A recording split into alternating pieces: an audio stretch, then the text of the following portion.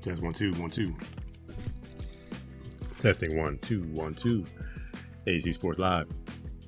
I'm in here trying to figure out my Instagram. So we won't go live on Instagram. I'm just going live on YouTube, Facebook, Twitch. We'll hit up Instagram and X with some reels. It is the 4th day of November 2025. In the place to be. I'm AC, you're the peopleization of AC Sports Live. I appreciate your support. Hanging in there with your boy. Dr. Frazier got his phone back. You know what's up. The Dodgers did the impossible, pulling out another World Series after being down 3-2, taking it one game at a time and bring home another championship. It was something to see. I'm going to talk about the main takeaways I had from it. Some of the things that it left me just amazed at how things turned out. There was like a 8% chance, 12% chance, 17% chance, 24% chance, and before you know it was 57% chance, and then you know it was 85% chance. It was just a crazy World Series. Battle of the Legends. I had a wild week this past week going back down to Delaware to see Delaware State versus Norfolk State at the Link in Philadelphia. I had a great time. I'll talk about that. Some of the NFL trades, in particular my Birds. The Cowboys picked up a D lineman.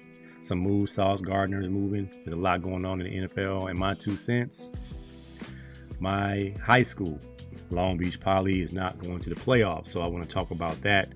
It is a travesty. It is deplorable. It is disgusting. And it should never happen.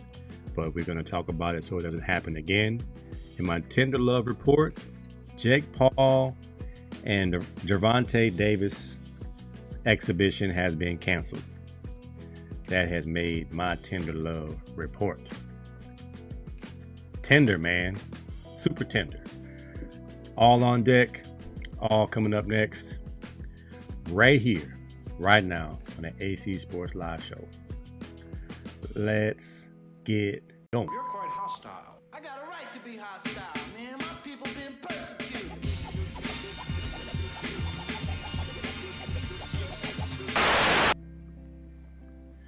All right, let's go. Let's just jump right in. I just had me a quick fish plate, some fish grill, my Branzino sea bass went down smooth, didn't come up rough. I splurged and got myself a pineapple cream soda. I only have soda once a week, maybe twice, depends on the situation. But if I go to the California Fish Grill, I gotta get the pineapple cream soda. Rubio's in the building. It's showtime. Always a pleasure. I was on the Rubio method this evening. If you haven't had a chance to check it out, check him out on YouTube, Facebook, Twitch, anywhere you stream live. Viva los Doyers. Is anybody else being asked, as Rubio asked me on his show, why do we say go Doyers? Because when the Dodgers are in the building, best believe it's going to be a lot of my Latino brothers and sisters in the building, in the area, somewhere ready to set off an M80 firework, ready to pop off a couple of 9mm rounds in the sky. Fireworks, gunshots. As soon as the Dodgers won, my neighborhood was lit up. I live in Santa Fe Springs, not too far from Norwalk and Whittier. So you already know, it's little Dodger town. Not East LA, but not too far away. And they go hard in the paint. So it's Doyers, it's Viva las Doyers. In the ravine, my friend. We win in championship. Rojas, Kike, He's not Mexican. He's Puerto Rican, but he speaks the language. Go Doyers. Speaking of the Dodgers, that was the most exciting, most riveting, action-packed, drama-filled, suspenseful World Series. The Blue Jays came to the Ravine and took 2 to go.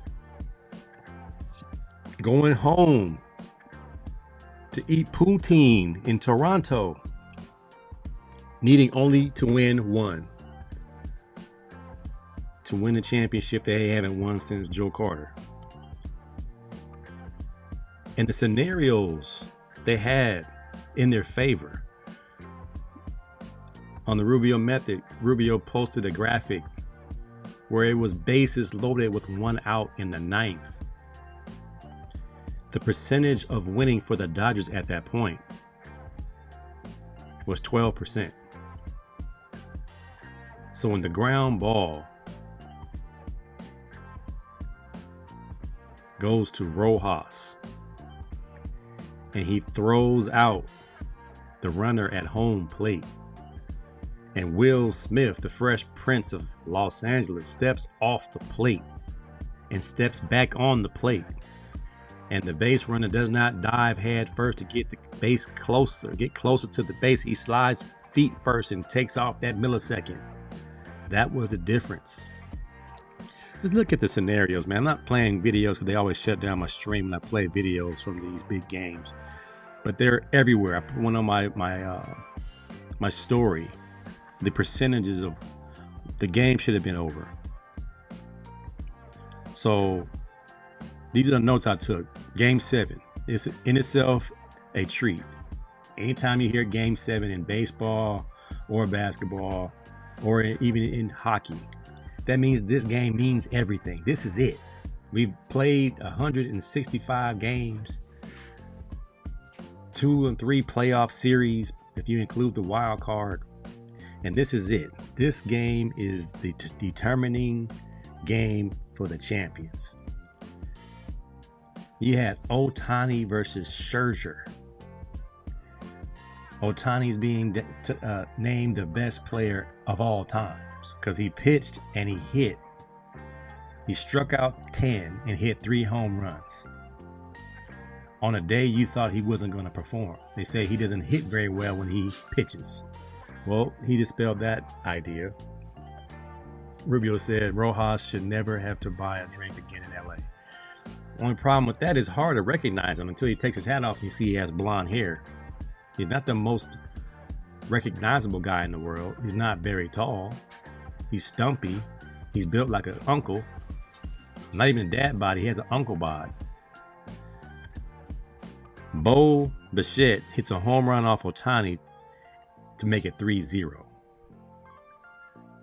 At that moment in time, I remembered that the Blue Jays pitching staff had the number 51 on their hats in solidarity with the Dodgers pitching staff, who also had 51s on their hats for Carlos Vesia, who was dealing with a family issue. So they were like out of the brotherhood and fraternity of pitchers. They all did that. So I'm like, man. And then you have the story of Vlad Guerrero being a little kid and wearing the Blue Jays jersey when his dad played. And now he's in the Blue Jays jersey and he wants to win a championship for his dad. He's going to give his ring to his dad. Even in the 18 inning game, I was like, just let him have it, man. Just let them have it. We won last year. I'm okay. I was like, if we're going to lose to somebody, lose to the Blue Jays. I don't have to see them every day. I don't know any Blue Jays fans except my friends who are from Canada. Shout out to The Ride with Chevy and Nasty, my Canadian friends, and Jenna. She might be a little hurt about that loss, but they played a great season. And they should have won. Up 3-0 Dodgers squeeze a run in off the Teoscar Hernandez fly out, which scores the Fresh Prince, Will Smith, making it 3-1 in the fourth inning. And still, at that point, I was still not sure we had the juice. Then Muncy hits a dinger to make it 3-4 in the eighth. And I'm like, man, all we need is one swing at the bat. And then you have Rojas, who does his best Kirk Gibson impersonation with a check swing on a full count and gets it out the park to tie the game up and give us a chance. But you know how it goes when the game is tied and the home team comes to the plate and Vlad Guerrero's coming up. Bo Bichette's coming up. And that whole lineup was dangerous like the Astros in 2017. There wasn't a weak spot in the lineup. We even had a bench clearing brawl about to happen. This game had everything, man. Bases loaded. 1 out. Ground ball to Rojas. Bobbles it. Still comes home. Gets the force out. Extending the game. Then Yoshi Yamamoto goes into demon mode. Having pitched the day before. This has never been done before. Like the things that we were seeing, man, it was like never before. This can't be happening. This should not be happening. He was just throwing that sinker, throwing that slider, throwing that off-speed changeup. Will Smith's home run to take the lead in the 11th inning. Is it enough, or will the Blue Jays hit 1-2 and extend it to the next inning? When we got to the double play, ground ball to Mookie Betts, and he makes a circus throw to first base to Freddie Freeman like it's nothing. Running to your left, touch the bag and throw across your body, behind your body, down the line. Perfect throw, game over. Yamamoto is the MVP, rightfully so, perfect game. And they went into game 6 with the mentality we have to win 1. Don't think about winning 2, win today, giving us a chance to have all hands on deck for game 7. If you love baseball, or if you liked it a little bit when you were younger and you played it and it was cool, but you went on to play football and basketball because it was more attractive like me, that gave me a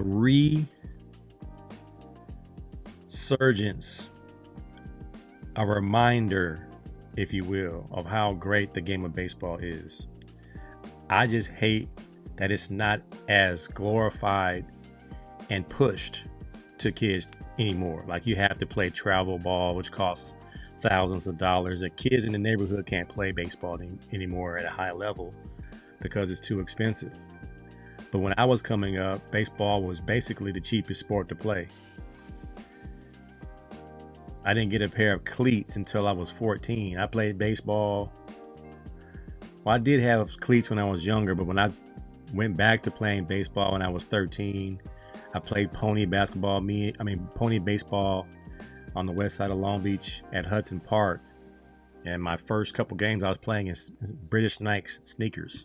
I didn't have cleats, didn't have money to get cleats. And it was just a fun time. It wasn't even, my coach was a former OG from Westside Longo. He was an OG, Coach Sanchez. And then we had a couple of dudes on the team, Lewis Hood, Ephraim and Grencio, a bunch of my Latino brothers I grew up with, and we won the championship. It was just a good time, and that was my last time really enjoying baseball. But just watching the game 7, it reminded me of everything that could happen in a baseball game, and how every pitch is, you don't know what's going to happen. It was just an amazing script, if you want to call it that, because it felt like something straight out of Hollywood. When I watched it live, I was on my floor watching it, screaming. My wife's wondering what's going on. I'm like, this is crazy, because everything is happening that you could ever dream of or put together. Dr. Frazier said he stumbled before throwing out the runner from third. Man, Piehead's running over Kike to catch the ball. When he hit that ball, I said, man, it's over with. That's going to get to the wall. Rue said, built in the lab, no family photos. Yoshi Yamamoto. There's a graphic of him with like a Japanese warrior mask on, and I'm like, that dude was dealing. And then telling Dave Roberts, yeah, the only one that's not available tonight is Yoshi Yamamoto. I'm like, okay. And I knew he was going to tell Coach, I'm ready if you need me. He was like, you sure? Because I saw old dusty, cantankerous Kershaw getting warmed up. And I was like, oh, yeah, we about to lose. And my son would say, we about to lost. We about to lost. It's about to be over with. They're going to let Kershaw fall on his own sword. But Yoshi Yamamoto said, no, I got this. They didn't even put the rookie in. They're like, no, we're going to go with the dog of all dogs. I think he threw that sinker about 4 times in a row. It's like, you can't hit it. It's going to drop. The bottom's going to drop out of it. And his style, he'll get into his windup and he'll pat the ball again and throw it. You don't know if it's going to be heat or it's going to be a sinker. And I'm just like, man, this dude is dealing 2 days in a row and they still couldn't find the pitch. And then to break Kirk's bat, Kirk is a strong catcher, man. He's a squat diesel to the ground. Caught him on the inside part of the plate and broke his bat in half. And the rest was history, man. It was just the craziest series of events. And it seemed like every time you looked, Vlad Guerrero was at the plate. I'm like, man, is he skipping people? Like, why is he up the hit again? I was like, he's just due for a home run. I just knew for certain he was going to hit a home run and end the game. It was destiny. It was destiny, but it turned out to be L.A. Doyer destiny. So his balance is great. These dudes, man, if you saw them at the parade, you would never think these dudes were professional baseball players. They're all bad built. They all partying, acting crazy, but these dudes were straight up professionals, locked in, focused. A couple of running errors, a couple of throwing faux pas and things like that. The game is big. The moment is huge. But guys still found a way of 2 strikes to put the ball in play. Dudes were still finding ways to dive and catch the ball, turning double plays, fouling off pitches with 2 strikes, like that kind of stuff. I remember those things, man. I love having 2 strikes because that made me lock in. I knew I was going to hit a good pitch if I have 2 strikes. If I didn't have 2 strikes, I'm swinging willy-nilly at things I shouldn't swing at. But when I got 2 strikes, I started turning it into mini Tony Gwynn, and I wanted to get that bat on that ball any way I could, and it made me a better hitter. And I was, let me see, when I was 13, was I 14? I think I was batting 825 or something crazy like that, and I didn't realize it because we didn't really keep stats or brag about our stats or even know our stats. We just know that we didn't want to strike out, and we didn't want to walk, and we didn't want to get thrown out. So we would hit line drives because we knew that was the best way to get on base. Hit the ball over the infield and let the rest happen. So hitting the ball and placing the ball was something that we practiced. When we did batting practice, when we did tee work, we placed the ball in the gaps. That was our goal. We weren't trying to hit home runs. We weren't trying to hit, lasers. We were trying to hit the ball in the gap. And watching people like Tony Gwynn and Gary Sheffield, Chris Gwynn, those type of people, how they put the bat on the ball. Even, you see, around that time, it was Don Mattingly and Eric Davis, people that we watched and how focused they were, in particular Tony Gwynn, because he was from our area.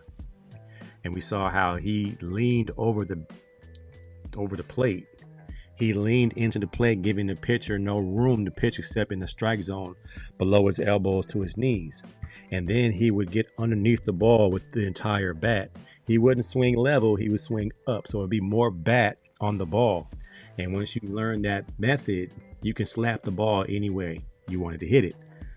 To right field, left field, center field, wherever the gap was. And you would swing in that manner.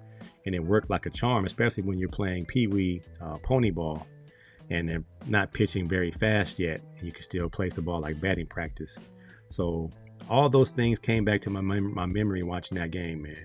How strategic the guys were, how surgical they were.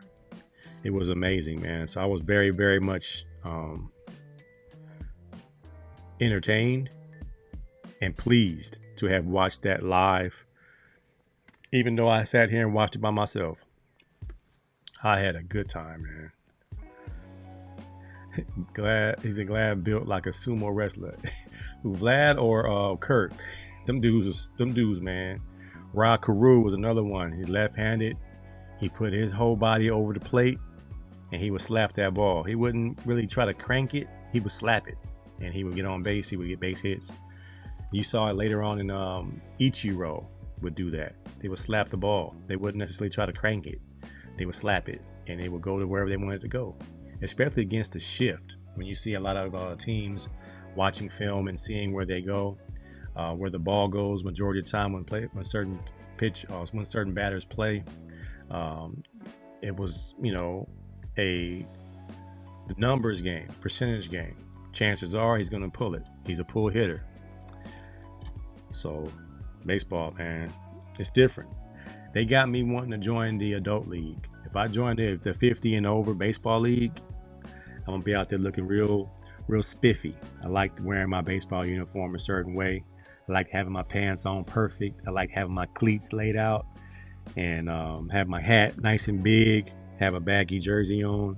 I do it like the Negro leagues, but I probably wouldn't these days. I wouldn't pull my pants up to my knees. I'll probably wear long pants today, a little bit different. But I would have my bands a little bit loose, and then I have long legs, so I'll probably look pretty spiffy in my uniform if I played in the adult league. I'm gonna look into it. Might do it. See how fun it is. My buddy P. Ward did that a few times, and they actually played in Dodger Stadium one time, so I felt that was pretty cool. I would love to do that one day if possible. My body would allow me to do that. I could still hit a baseball. I could still switch hit. Can I still throw? I don't know. I had 2 surgeries on my right arm. We'll see if my arm is still there. I can throw a football, but if baseball is smaller, I'll probably be really wild with my throwing. But I can run a little bit, so I can probably go play a couple fly balls if they weren't too far out of my area. And then I could run the first base if I slap one opposite field. So I think I could probably play baseball. Baseball before I go out there and play 37U football. I'm not doing that. No, sir, I'm not doing that. Happy Boys in here. Join the Cowboys. We need corners. What did you see? Deron Bland. Oh, man. He looked like his first day on the job. Oh, my goodness. His own teammate was laughing at him. I saw CeeDee Lamb laughing at him. I'm like, bro, you know he's running a slant. What are you doing? What's the first rule of cornerback camp? Take away the slant. My man stepped to the fade and got dealt with. Oh, Cowboys, man, y'all. You thought letting go of Micah Parsons was going to be okay. That thing trickled down to the entire team. Man, you going to get rid of Micah Parsons? Forget it then. What's the purpose of playing? Oh, man, that's all bad, bro. He's still standing there. He fell on his head. His ankles turned, and he fell on top of his head, and he rolled over. And CeeDee Lamb covered his face. He was like, man, don't sit next to me on the plane. Next road trip. I don't know you like that. Matter of fact, you Smush Parker and I'm Kobe Bryant. Don't talk to me. Smush Parker treatment. Don't talk to me. We ain't the same. Me and you, we're not much different, you and I. Yeah, we are very different. We ain't got nothing in common, man. He just turned into a rookie in one play. It's over with. Doyers, champs. Now, can we say Dave Roberts did a good job for once? Because when he put Pages in there, we're like, what is he thinking? He put Rojas in there. What is he thinking? If Rojas wasn't in those last two games, I think the Blue Jays will be the champs. If Dave Roberts doesn't put Pages in center field, I think the Blue Jays are the champs. If Dave Roberts didn't listen to Yoshi Yamamoto, if we were like 4 years ago, he would have said, analytics say you shouldn't pitch today. He finally went with this gut. I'm going to put my best pitcher in there. I don't care if it's a left-hand batter or a right-hand batter. I'm putting in Yoshi. Give me the killer from Japan. And he probably should have taken out Shohei for that last inning he was in there before they jumped on his head.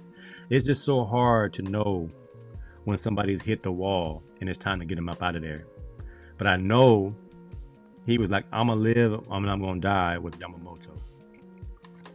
But shout out to Mr. October, Kike Hernandez, always showing up in October. He may not do nothing all year long, but it's time to play in the playoffs. He comes to play. All the boys, Muncy came to play. The Fresh Prince of LA, Will Smith, came to play. His game-winning home run is going to get overshadowed because it wasn't a walk-off. But it definitely was the dagger because Yoshi wasn't having it. So we still partying here in LA. I feel bad, though, for the Blue Jays, man. They're a good team. They're going to lose Bichette. So they're going to be a little bit different next year. But they should have won. They had a 90% chance to win when they had bases loaded with one out. All they had to do was pop fly. All they had to do was pop fly. Didn't get it done. Dr. Frazier said, love is stinking up my Packers. Packers Eagles Monday night. I just told a couple Packer fans we ain't friends this week. This is a big game because the Packers are not playing well. They want to get back on the good winning track, and my Eagles are coming off a bye. And we just picked up a boatload of people. Frazier said, great manager job. Yeah, I think he's good for a few more years. He's good for a few more years. I'm going to go off the schedule a little bit, go to the NFL since we're talking about it already. The Cowboys pick up Quentin Williams today, the defensive tackle from the Jets. And the Eagles picked up a corner from the Jets. Sauce Gardner is no longer on the Jets. He was traded today. We picked up Jalen Phillips from the Miami Dolphins. So now our D-line is looking pretty scary. Jalen Phillips, Brandon Graham, Jalen Carter, Jordan Davis, Nolan Smith, Jalix Hunt. I think our D-line is going to get to the quarterback now. I think we're going to be all right. We pick up once hated corner from the Baltimore Ravens. We picked up Jair Alexander. If he can stay healthy, we're going to be dangerous good on defense. Vic Fangio said, I need a few guys. And Howie said, say less. All we gave up was a couple of picks. Our picks aren't going to be very good because it looks like we're going to win the NFC East again. Because now the Giants stink again. Saying prayers for Scatterboo. But without Scatterboo, the Giants aren't even a factor. Sad to say, Jaden Daniels got hurt again. If you saw his elbow pop out, that's not good. Saving grace, that's not his throwing arm. But if you watched it, you probably threw up a little bit in your back of your mouth. I saw it. I couldn't watch it again. I've seen that kind of injury before. I broke my arm twice. I don't even want to see it. But I think he's done for a minute. And then you have the Cowboys who have no defense. You might as well call them the Alice Cowboys because there's no D in Dallas. Corners stink. Your best corner stinks. No pass rush. They did pick up a couple D tackles, but you didn't pick up D ends. Ends are the key. Ends get to the quarterback more. A couple of D linemen don't help you on the interior. All bad for the NFC East, except for my Birds, and we got the Packers on Monday night. Can't wait. Fletch is in here. Sauce is in Indy now. That's scary because Indy's already pretty good. I'm sure he's happy. You go from the Jets to the Colts. You go from the bottom to a contender. Because the way Jonathan Franklin's playing, or is it what's his name? Not Jonathan Franklin. That's a UCLA running back. Running back from the Colts. Help me out, Fletch. I had him on my fantasy team a year ago, but he's the MVP front runner in my book. Jonathan Taylor, is that his name? He's killing the league right now. But the Birds and the Packers should be must-see TV next week. I think it's a Monday night game. Monday night, Packers, Eagles. Let's go. Transitioning, the Eagles Stadium was the place that my son's team played at, and I never thought that I would enjoy the wave. There was a guy in the audience saying, "We're going to start the wave," and we were sitting there like, "Man, shut up. Sit down. You're making too much noise." He kept saying, "We're going to start the wave. We're going to start the wave. We're going to do the wave." And we're like, ain't nobody going to do it. So the first time around, nobody did it. This here is the second time around, and even the opposition joined in. As you can see, Delaware State versus Norfolk State was a great turnout. Two HBCU schools filled up the link with 47,000 fans in the rain to watch a great ball game. Norfolk State played above their pay grade, having the lead for a majority of the time in the first half until we blocked the punt. But we had a wonderful, excellent experience going to the link. My wife and I were there to support my son, and it was actually my first time at the link. I've been, in Philadelphia almost, every summer. And this was my first time. My wife asked me, "Is this your first time here?" I said, "You know what? It's my first time here." So I was like, wow, man. I never realized I'd never been to an Eagles game or a Sixers game. I've always just been around the area, driving past the link as a kid, seeing it and wishing I could go in it. And I'm just thankful. I praise the Lord right now that I could go and experience it. And then my son playing in the game, oh man, I was in hog heaven. And it almost didn't happen, man. My son's jersey got lost. The equipment managers didn't have his jersey, so that was a bummer. He didn't have his jersey hanging up in his locker. But my wife and I, told him to keep his head up, and no matter what number they give you, just ball out. And he had one of his better games. He played special teams, didn't get any run on defense, but that's, neither here nor there. Just said, you know what, in God's time, son, it's going to happen for you.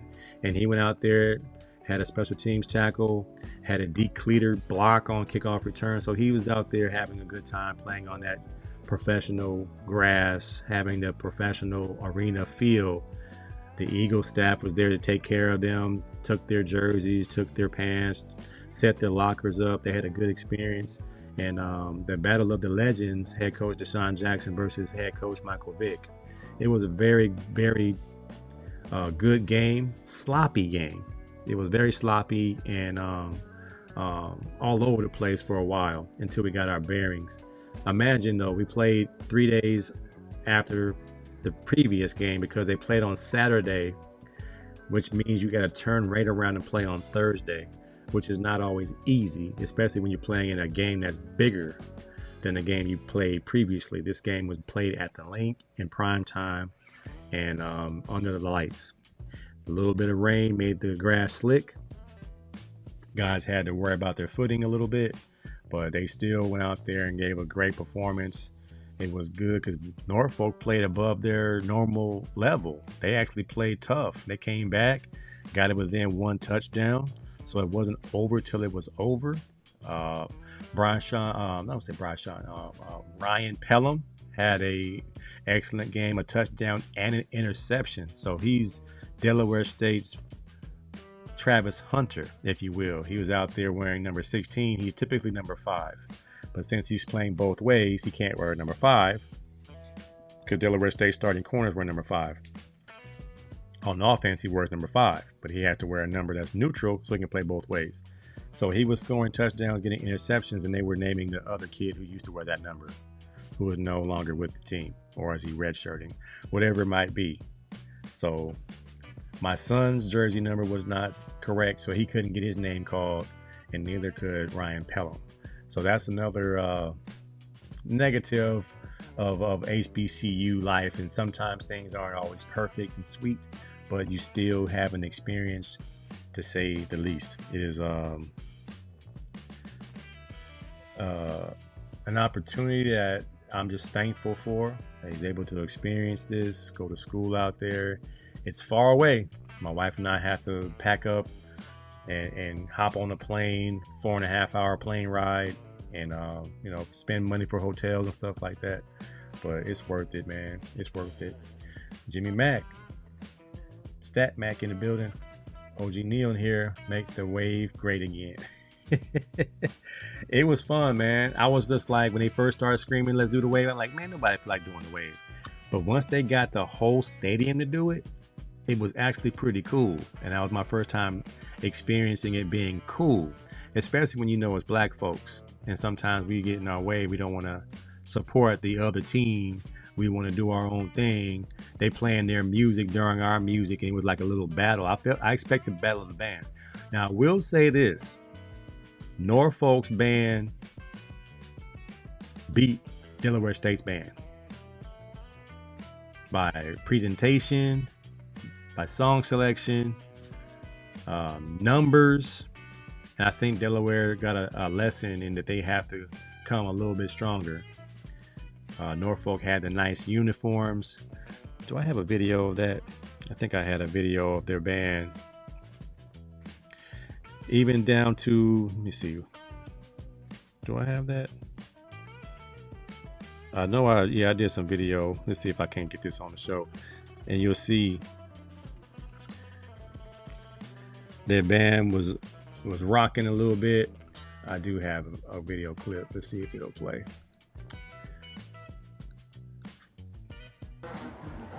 All right, let's see if we can hear it. And their cheerleaders were rocking. They were a lot more. They were deeper than our band. They had that green and gold. Maybe I'm partial to green and gold because I'm a jackrabbit. I love green and gold. And they had those gold helmets. They had a dark green on a white and gold. And they just had the numbers, man. And it just stood out to me. And then their band played some different songs that we were familiar with. So it was just a good showing. And nobody was tripping. Nobody was fighting. There were some drunk mamas in front of us talking loud, and the kids were embarrassed, but that's common. But nobody was tripping. You know what I'm saying? Like, and then there were a couple of little arguments. I'm not gonna say scrums, but when people sitting in somebody else's seat, because my tickets were messed up. We had some family members come in, but none of our tickets didn't match. I'm in row 20, seat 20. My wife's in row 21, seat 1. I'm like, come on, man. Where are we supposed to sit? So we sat in somebody else's seat, and then they came and said, y'all in our seats. And they're like, don't worry about it. We're going to sit right here. Everybody was, his family. It's supposed to be the players' parents section, but turned out it was just open to the public. So it was a good experience. Like I said, everything's an experience. Everything is an experience. You got to take it for what it is and don't get yourself all bent out of shape. People just come to see a game and then experience the link for a price that they can afford. Because going to a regular Eagles game is not cheap. You can go to the Norfolk State, Delaware State game. I think the tickets were about $50, so it was reasonable, and you can come down and see it. Speaking of reasonable, I got tickets to the Sixers Celtics game the next day while we were out there for $28. And there's not a real bad seat in the house at the Xfinity Center for the Sixers Celtics game. It was I wanted to see the Young Guns in person. So they were nosebleeds in the front row of the nosebleeds. So it wasn't that bad. It was actually pretty cool. It was scary because the rail wasn't no higher than 2 feet. Like if you act crazy and get drunk, you're gonna fall over the front. But we were able to see VJ Edgecombe, Tyrese Maxey, Joel Embiid, all these young guys and this old guy. I wanted to just see VJ. I saw him get loose a few times. We lost by 1 point. Gave the ball to Embiid at the end. He wasn't the first choice when he was the only one open, and they left him open for a reason. He missed the shot, but they were down by 20, came back within 1, and then came up short. So I was still very much entertained. My Sixers are going to be very scary in a year or two, if not this year. Is Embiid going to be around? I don't know. I think he's expendable. He might be expendable just like he was watching the Lakers win last night without Luka or LeBron. These old heads are slowing the ball down, and these young boys are starting to play their game without the old heads on the court. It might be a trend. You know, things have changed. The game has changed. How important is it to have a black hole player that's going to keep the ball and score 35 points a night and lose? When you can have 3 or 4 young guys score 25 and win. Is it sustainable over the course of a season? I don't know, man. But a lot of games in the NBA, just like in baseball, too many games. So I'm not going to get too invested just yet. There's still a lot of games to be played. Dr. Frazier said, VJ, I like that kid. Yeah, he's come from humble beginnings, man. Living off a generator, coming from the Bahamas, having a hunger and a desire, and does not care that he's young. He plays like he's been here before. He's young Dwayne Wade mixed with Jimmy Butler mixed with Anthony Edwards. He's a high riser. He can actually shoot it, and he has a mentality. The mentality is not one of a rookie.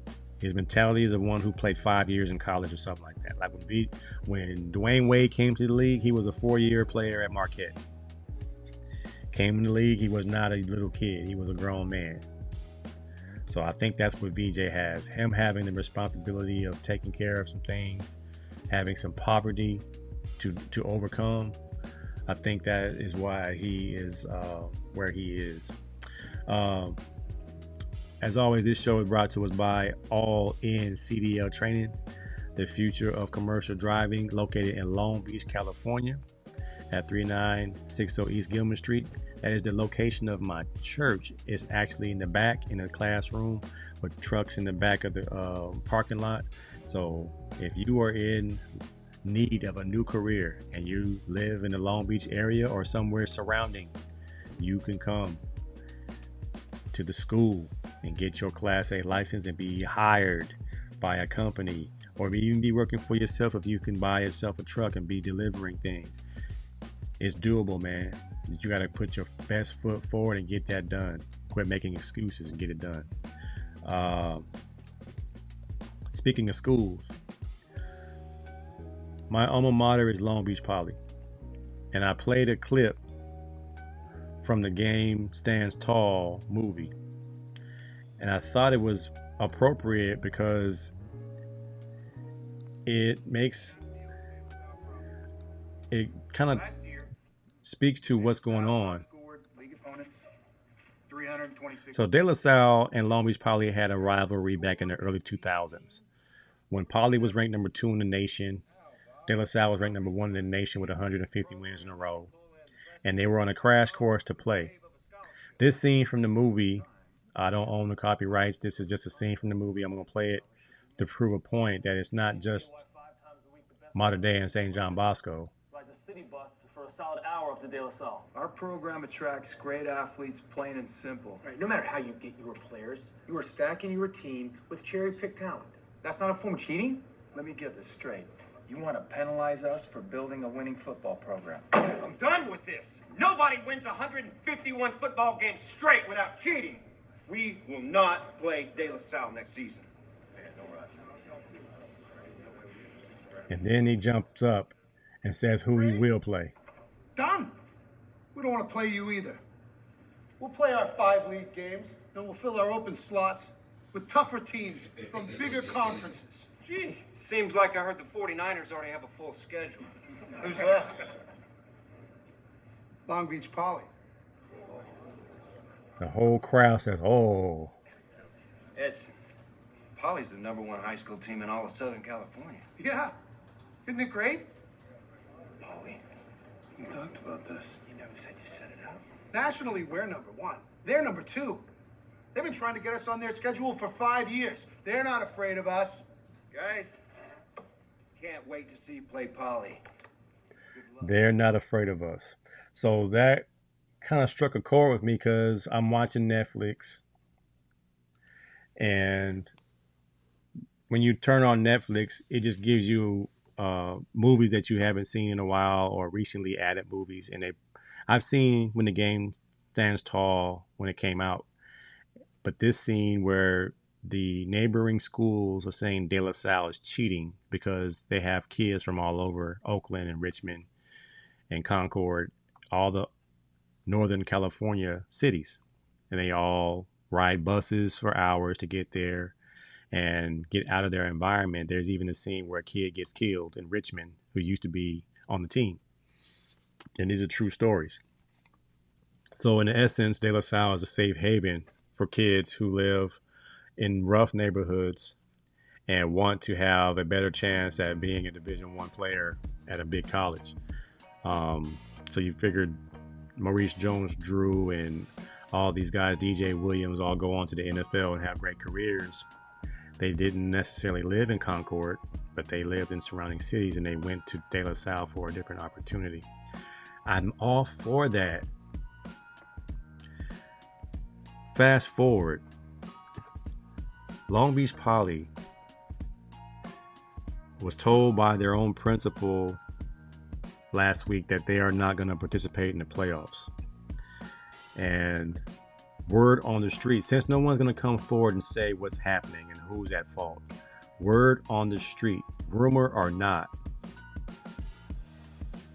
illegal activity, whether it be transfer related, document related, enrollment related, people knew, people are culpable, accessories, turning blind eye to situations, letting things happen, playing ineligible players because they haven't been truly cleared, or that cleared player had some type of falsified information on their transfer papers, whatever it might have been.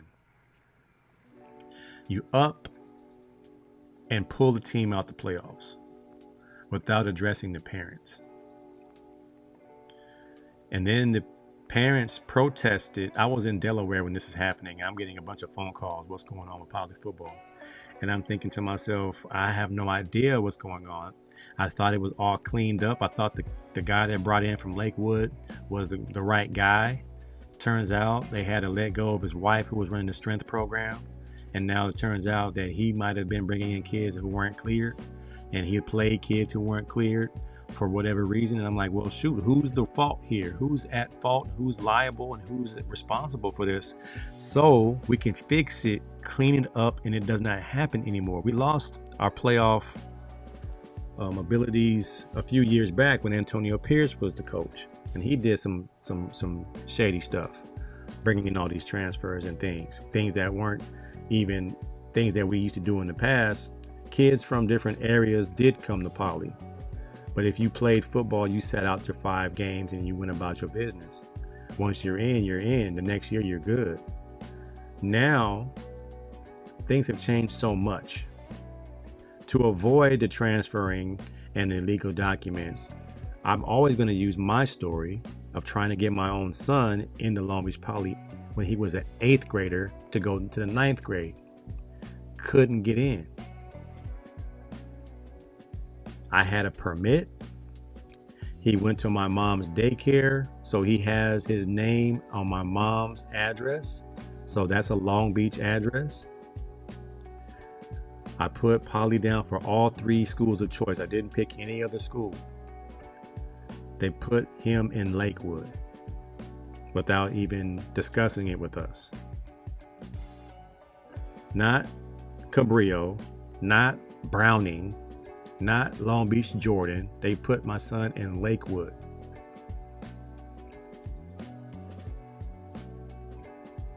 So the past 20 years,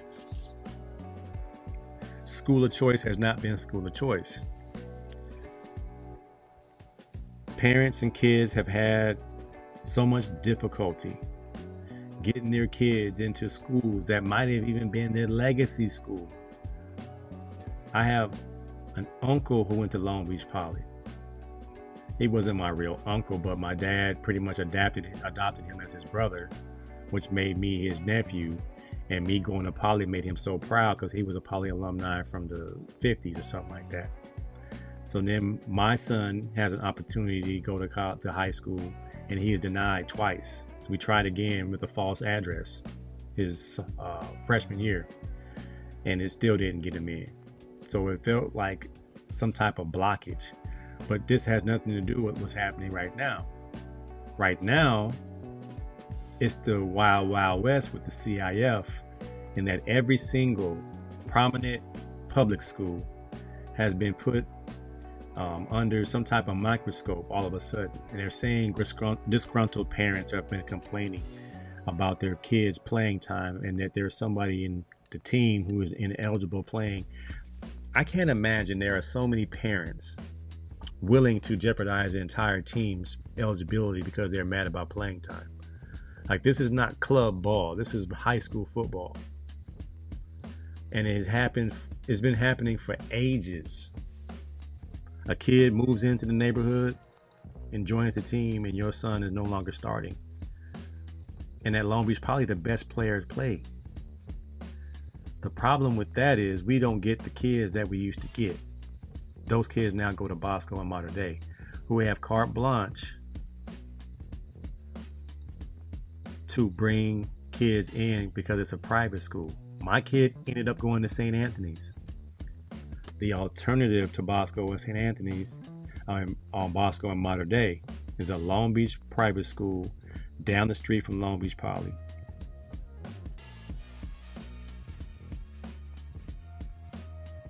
He actually had a good time. He actually got a scholarship. So it then goes back to, it's not about where you play per se. Now, it does help your opportunities. If you went to Long Beach Poly and you have D1 talent, you go to a way bigger school. But that doesn't have anything to do with this. This here is about people abusing the rules for their own personal gain. And then when it comes down to everybody else is doing it, and they want to point the finger at you, and you have so much dirt that you're forced to pull out the playoffs, or your entire athletic department is jeopardized for the following year. Something is really wrong, because I don't even think just pulling them out of the playoffs is going to be sufficient. Somebody's going to have to step down. Somebody's going to have to speak up to address what has happened. We still have parents who don't know what happened and why. Kids are crying, having their season cut short. Some seniors need these playoff games to get more film in order to get a scholarship and get out of the hood. So answers need to be had. Take a page out of the Few Good Men movie. You want answers? I demand answers. I deserve the truth. The principal and the head coach are saying you can't handle the truth. It must be pretty bad.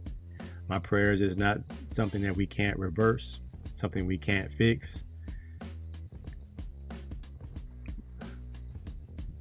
Long Beach Poly is too big to be irrelevant in football. Somehow or another. And I don't know if we can. With today's technology and robots doing the checking of the applications, finding out whose paperwork is a little bit off, like how can a head coach stay on top of everybody? because I don't want to immediately point all the fingers at Coach Utupu. He was just trying to win, and the pressure of winning at Long Beach Poly is so great. You are enticed to get kids in any way you can. Happy Boy said Rob Shock still the AD? Yeah, and he hired this head coach really fast. I'm not sure if it was his call entirely, but I know he was part of the brain trust. And that's my man. I've known Rob Shock my whole life. I've known Rob Shock as long as I've known Happy Boy. We're all Long Beach kids. We all grew up. We're all grown now. He's been at Poly for 25 years or so, maybe 30 years. So he knows the fabric. He's a jackrabbit, but he brought in another non-jackrabbit. And that's the thing. When Coach Don Norfolk called me, and I was in Philadelphia this weekend, and he called me and said, man, what's going on? And he asked me if I could come back and help and clean things up as a principal. I said, well, I don't have my administration credential, so I can't clean things up. But I'm willing to sit on the panel and listen to the information and come to a agreement on how we can fix things. And that's what I put in my post, fix it. And my good buddy Samu Nichols, the JV basketball coach, said you can't fix it, T-Cobbs.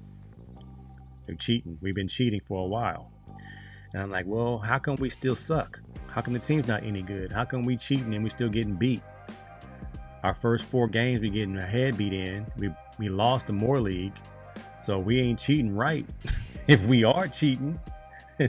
But Eddie Guerrero said, if you're not cheating, you're not trying to win. I'm all for doing things the right way. My thing is, right now, the playing field is not level. We used to beat Bosco. We used to beat Mater Dei. We still got more pros than Mater Dei and Bosco combined.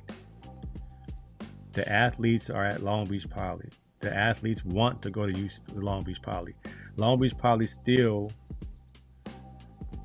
is respected in the college game because of the Deshaun Jacksons, because of the Mercedes Lewises, because of the Darnell Beans, the Herschel Dennises, all the guys, Sammy Parker, all the guys, Winston Justice, Brandon Whiting, all the guys who played, Mark Carrier, Willie McGinnis, all the guys, Leonard Russell, Chucky Miller, Marquez Pope, all these guys that you know played in the NFL at a high level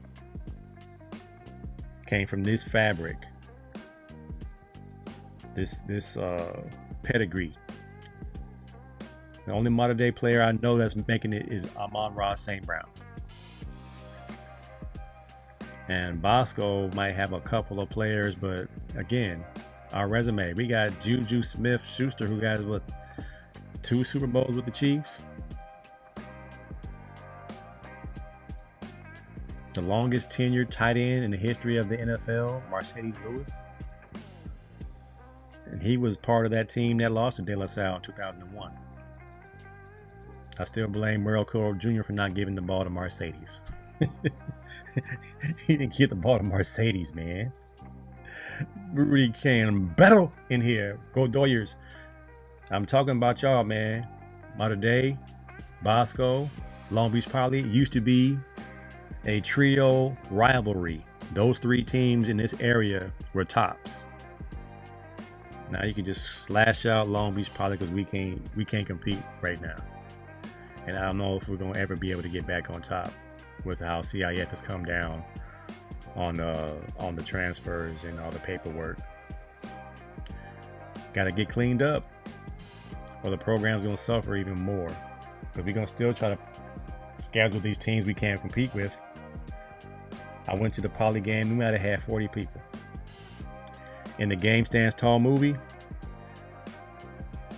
Latosaurus said, how are we going to play? They have over 100 kids. And we have 50 or whatever he said in this heat. That part of the movie was so fabricated. Like it played in the daytime. It was 100 degrees. The game was at nighttime and it wasn't that hot. I think they had 100 wins in a row. It wasn't 151, I don't think. They came in that movie, they had them losing twice before they came and played against us. They were still undefeated when we played them. I was PR, so I kind of know. And I have a book called One Great Game. And I think I have it right here. Oh, man, drop the stuff.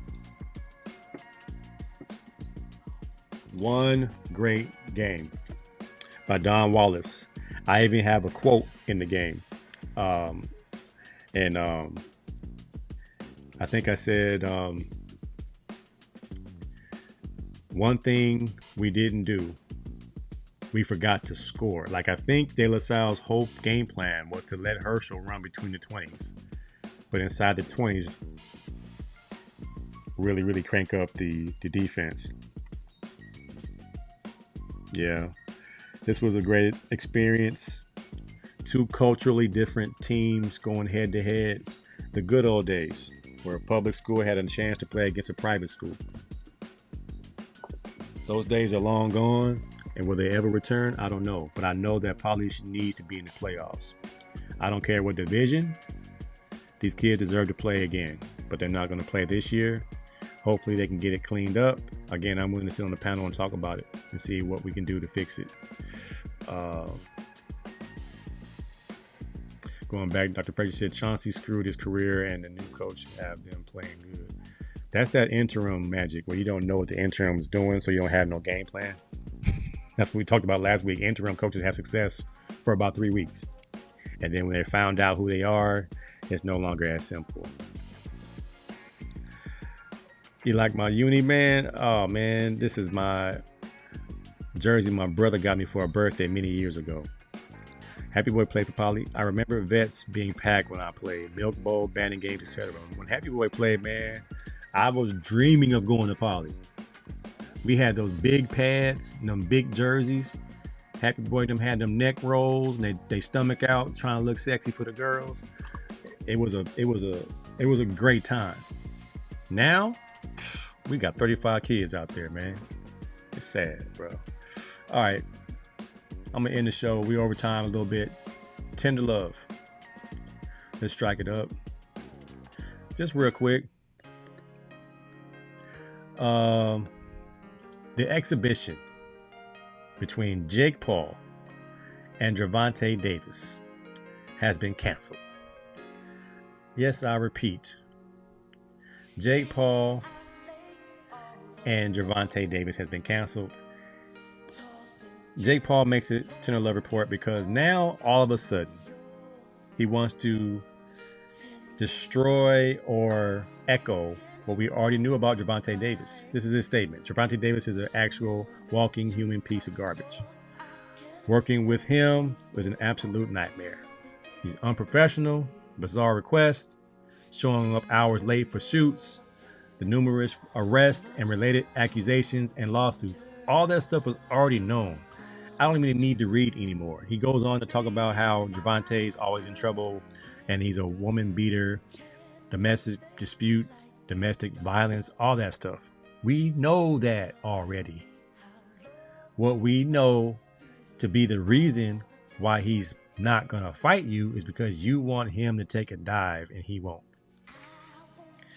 And then you try to replace him with Francis Ngannou, who is a monster, who got caught slipping versus Anthony Joshua, but he's still a monster.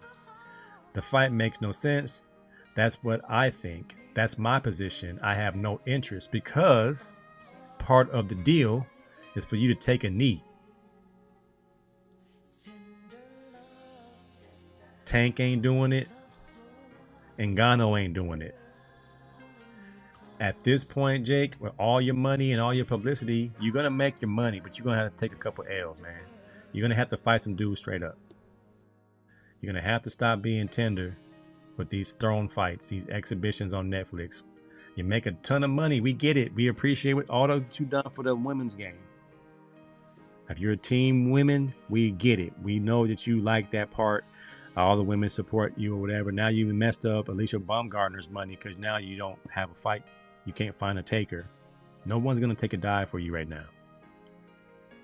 You got Mike Tyson to do it. I don't think you're going to get anybody else to do it except a UFC fighter who's not getting paid. But anybody else that can demand a handsome salary is not going to take a dive, man. You figure Tank is not going to take a dive on an exhibition? Like, it wouldn't even be on his record. he's still not going to take a dive and in public opinion get knocked out by you. Come on, man. AC2's in the building. Delaware State versus Morgan State this Friday night. I got to find a TV channel to see what channel it's going to be on. They got to keep the good vibes going. They're feeling good. They're playing good. On their way to a celebration bowl if they can keep it up. All right, man. That's my show. I believe I've said all I need to say this week. We'll pick it up next week. Go Doyers. Rojas, home plate. Rojas, home run. Fresh Prince of LA, home run. Mookie, double play, championship. Yamamoto, king of LA for a year. I appreciate y'all. Until next time, don't be tender, but have nothing but love for your peoples. I'm out.